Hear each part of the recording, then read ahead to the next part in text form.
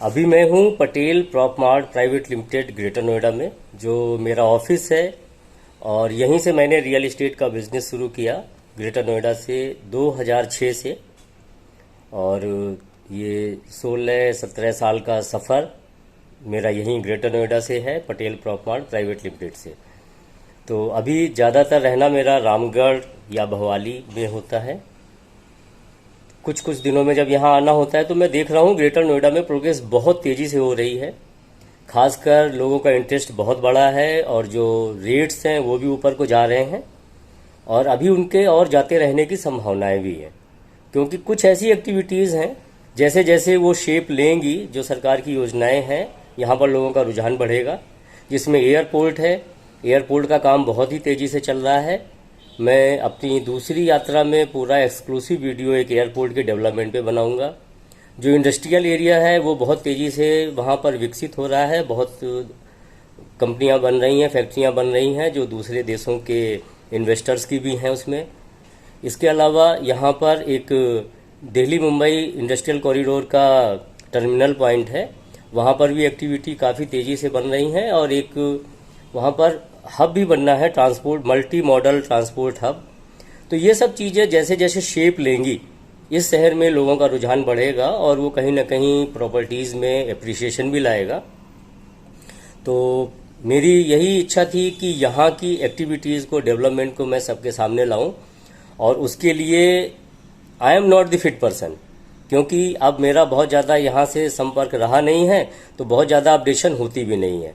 मैं अपने पार्टनर अमित राठी जी से अभी कुछ सवालों को रखूँगा और उनके क्या विचार हैं उनको मैं आप तक लाऊंगा, और उनकी राय बहुत ही बढ़िया रहती है और उनका बहुत ही अच्छा ज़मीनी लेवल पर काम है और अपना अनुभव है, उसको मैं आपसे शेयर करूंगा। आप हैं अमित राठी, जो यहाँ पटेल प्रॉप मार्ट में डायरेक्टर हैं, और ग्रेटर नोएडा में करीब 16-17 साल का इनका अनुभव है रियल एस्टेट में। इसके अलावा सामाजिक कार्यों में भी बहुत इंटरेस्ट लेते हैं।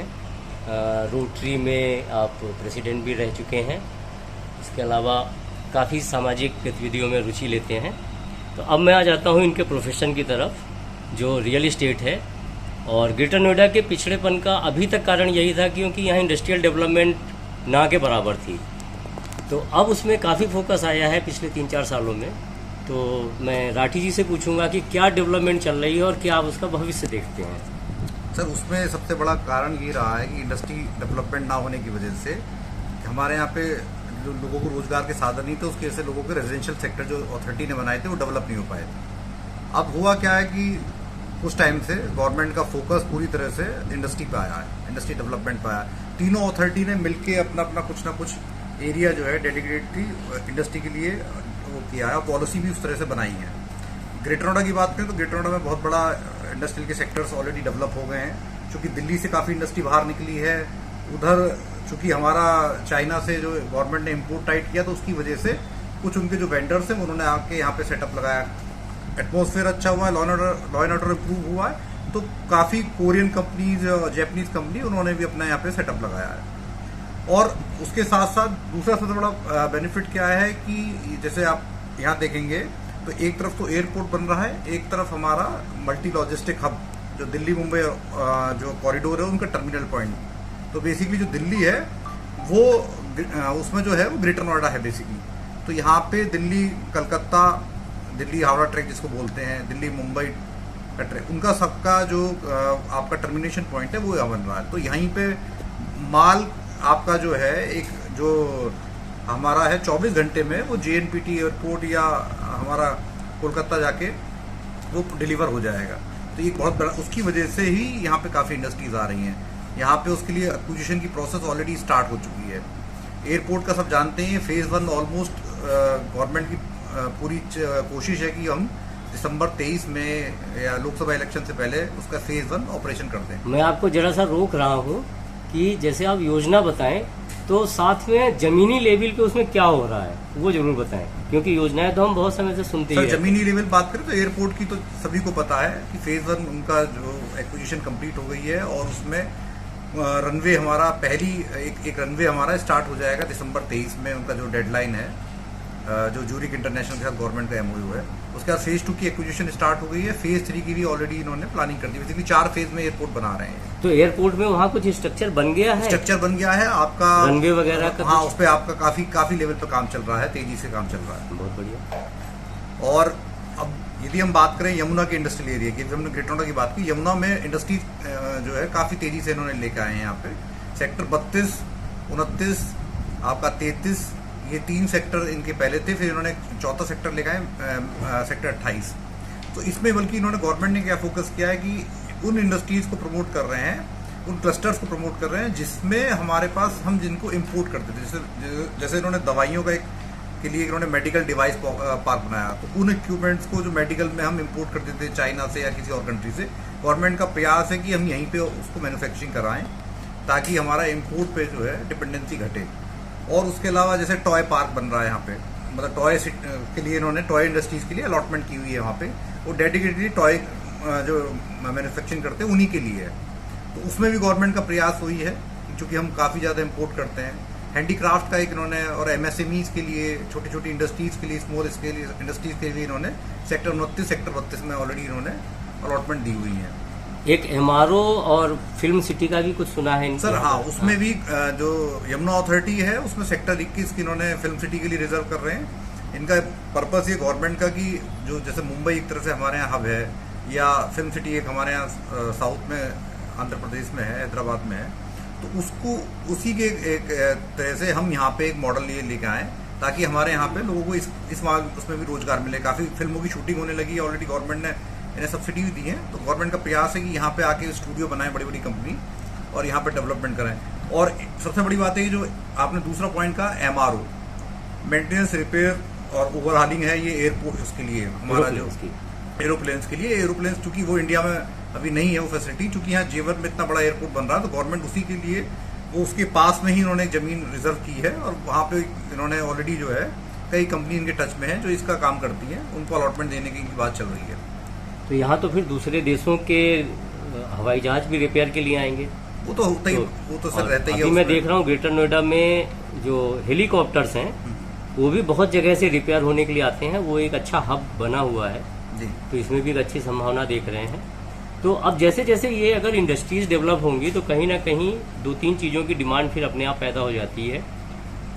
जो इंडस्ट्रीज में काम करने आएंगे उनको रेजिडेंस चाहिए, तो रेजिडेंशियल सेक्टर हो गया, इसी तरह से उनको दुकानदारी करने के लिए कॉमर्शियल सेक्टर चाहिए, और कहीं ना कहीं इनके साथ जुड़ा हुआ सर्विस सेक्टर है, उनको ऑफिस स्पेसेस चाहिए।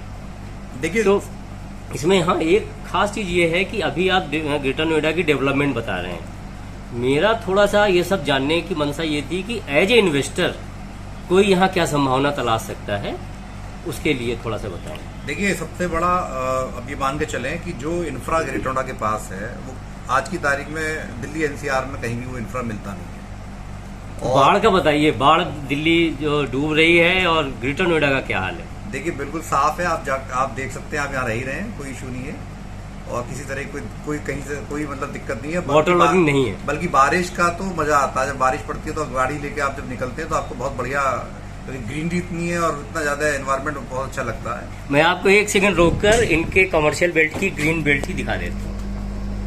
सचमुच में कुछ सिंगापुर जैसा ही लुक आता है।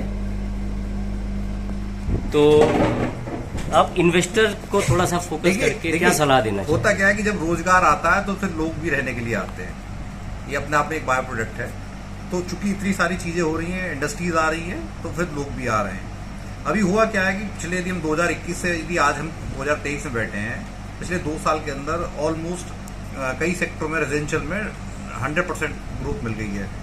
तो उसका कारण क्या है कि दिल्ली से लोग माइग्रेट हो रहे हैं काफ़ी ज़्यादा। हमने 80% जो हमारे कस्टमर हैं वो दिल्ली से निकल रहे हैं, और जो लोग कोरोना की वजह से वहाँ अपने आप को वैसा महसूस कर रहे थे बंधा हुआ, वो लोग निकल के यहाँ पे आके, क्योंकि यहाँ देखिए ग्रीनरी की वजह से ओपन एयर एनवायरनमेंट बहुत बढ़िया है, तो वही लोग यहाँ इंडस्ट्री लगा रहे हैं और वो लोग अपने यहाँ रेजिडेंशियल बना रहे हैं। तो जब यहाँ आदमी रह रहा है, तो यहाँ जब आदमी रेजिडेंशियल हमारे सेक्टर डेवलप हो रहे हैं, तो हमारा कमर्शियल अपने आप में डेवलपमेंट हो रहा है, क्योंकि उनको नीड के लिए, कमर्शियल एक्टिविटी के लिए जगह चाहिए, तो वो हमारा यहाँ पे सेक्टर आ रहा है। ऑफिस स्पेस इसलिए आ रहे हैं क्योंकि जब लोग आते हैं तो सर्विस इंडस्ट्री डेवलप करती है, तो सर्विस इंडस्ट्री के लिए सबसे जो रिक्वायरमेंट है, प्राइमरी रिक्वायरमेंट ऑफिस की है।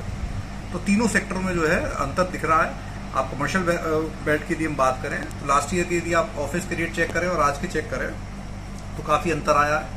रेंटल में भी अंतर आया, काफ़ी इंप्रूव हुए हैं। कमर्शियल में तो अंतर बहुत ज़्यादा आ रहा है, वो भी रेजिडेंशियल में मैं आपको ऑलरेडी पहले बता ही चुका हूँ। तो इसका इम्पैक्ट आपको दिख ही रहा है और अभी और ग्रोथ बढ़ेगी, क्योंकि और जो भी है जैसे गवर्नमेंट की और पॉलिसीज है जो हम बता रहे थे, मल्टी लॉजिस्टिक हब और ये एयरपोर्ट, तो इनकी वजह से कनेक्टिविटी और बढ़ेगी। हमारी कनेक्टिविटी और बढ़ने से और आसान होगा ट्रैवल करना। दिल्ली से अभी रैपिड रेल की बात चल रही है और कई मल्टी आपकी कनेक्टिविटी और उसकी बात चल रही है, और टैक्सी वगैरह की, तो उनसे भी इम्पैक्ट आपको दिखाई देगा। अभी आपने बताया कि एक साल में रेट काफ़ी बढ़ गए हैं, तो ये कहीं ओवर प्राइज्ड वाली सिचुएशन तो नहीं है जब कोई इन्वेस्टर इसमें एंट्री करे, या अभी आप और इसमें ग्रोथ की संभावना देख रहे हैं?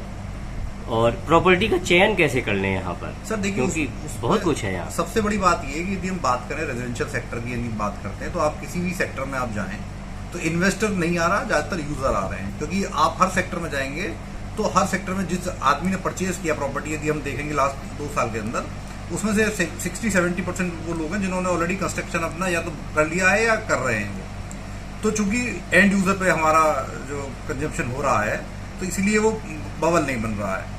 और होता क्या है कि जब चूंकि पहले भी ये वही ग्रेटर नोएडा था, पहले वही इंफ्रा था, परसेप्शन चेंज हुआ है और थोड़ा सा लाइफस्टाइल, कोरोना लाइफस्टाइल में भी अंतर आया है, तो वो अंतर आना शुरू हुआ है। कनेक्टिविटी, मैंने बताया ना, बहुत सारी चीजें होती है किसी शहर को ग्रो करने के लिए। कनेक्टिविटी एक बहुत बड़ा फैक्टर है, उसके अलावा लॉ एंड ऑर्डर इंप्रूवमेंट है। अच्छा, फिर क्या गवर्नमेंट ने भी कोई नई सप्लाई नहीं आई है, कोई नए सेक्टर्स नहीं आए, तो सप्लाई भी लिमिटेड है जब, लेकिन डिमांड क्रिएट हो रही है। तो ये अंतर इसकी वजह से है। मतलब एक इन्वेस्टर के लिए भी संभावनाएं बनी, अभी संभावना बनी है। और देखिए होता क्या है कि अभी भी हम कंपैरिजन करें दिल्ली एनसीआर में, दिल्ली नोएडा गुड़गांव के रेटों से, उनमें अभी काफी अंतर है। एक मैंने यहाँ देखा है 9 किलोमीटर का open mall concept greater Noida authority की प्लानिंग में था और धीरे धीरे शेप भी ले रहा है। हाँ, परी चौक से मल्टी मॉडल हब तक, और इधर ये हमारा कमर्शियल बेल्ट जो है पूरा 7 किलोमीटर लंबा है। यदि हम बात करेंगे तो परी चौक से लेके और ये बुढ़ा की हाँ वहाँ तक जाता है, जहाँ हमारा लास्ट आपका रेलवे लाइन है। मेट्रो स्टेशन वहाँ प्लान कर, गवर्नमेंट ने इसको एक्सटेंड कर दिया मेट्रो को, एक्वा लाइन को। और 2 किलोमीटर बीच में अल्फा से लेके और अल्फा 2 से बीटा 2 वाला जो पैच है, तो पूरा है। देखिए उसमें तो प्लानिंग इतनी शानदार की है इन्होंने कि एक जैसा आपको फील होता है, और सर्विस लेन भी इसी तरह डिजाइन की गई है, हर चीज, ताकि आपको जो है पार्किंग का स्पेस दिया गया है, उस तरह कंजेशन महसूस ना हो।